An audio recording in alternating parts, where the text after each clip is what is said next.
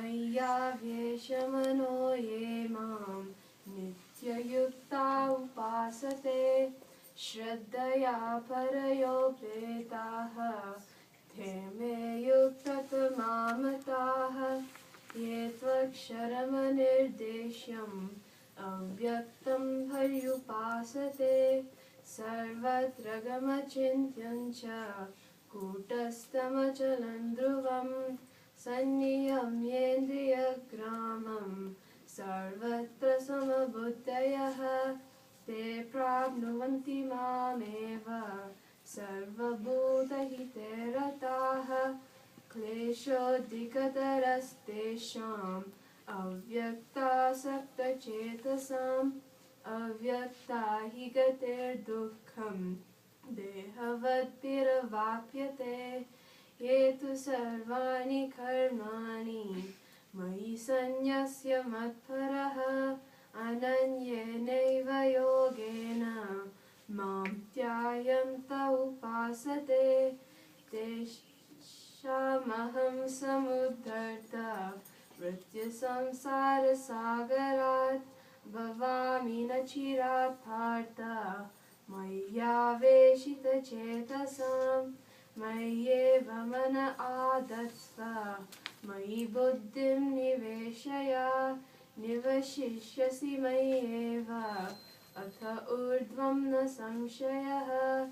अथ चित्तं समादातुं न शक्नोषि मयि स्थिरम् अभ्यासयोगेन ततः मामिच्छाप्तं धनञ्जय अभ्यासेऽप्य समर्थोऽसि मत्कर्म परमो भव मदर्थमपि कर्माणि कुर्वन् सिद्धिमवाप्स्यसि अतैतदप्यशक्तोऽसि कर्तुं मद्योगमाश्रितः सर्वकर्मफलत्यागं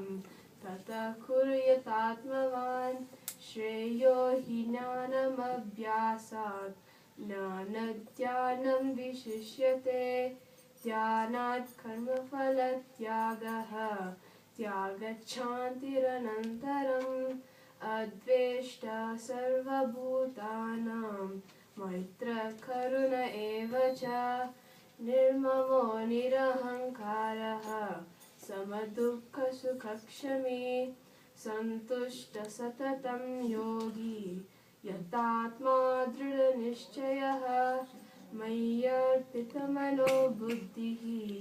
यो मद्भक्तः स मे प्रियः यस्मिन्नोद्विजते लोकः लोकान्नोद्विजते च यः हर्षामर्षभयोद्वेगैः मुक्तो यः स च मे प्रियः अनपेक्षसुचिर्दक्षः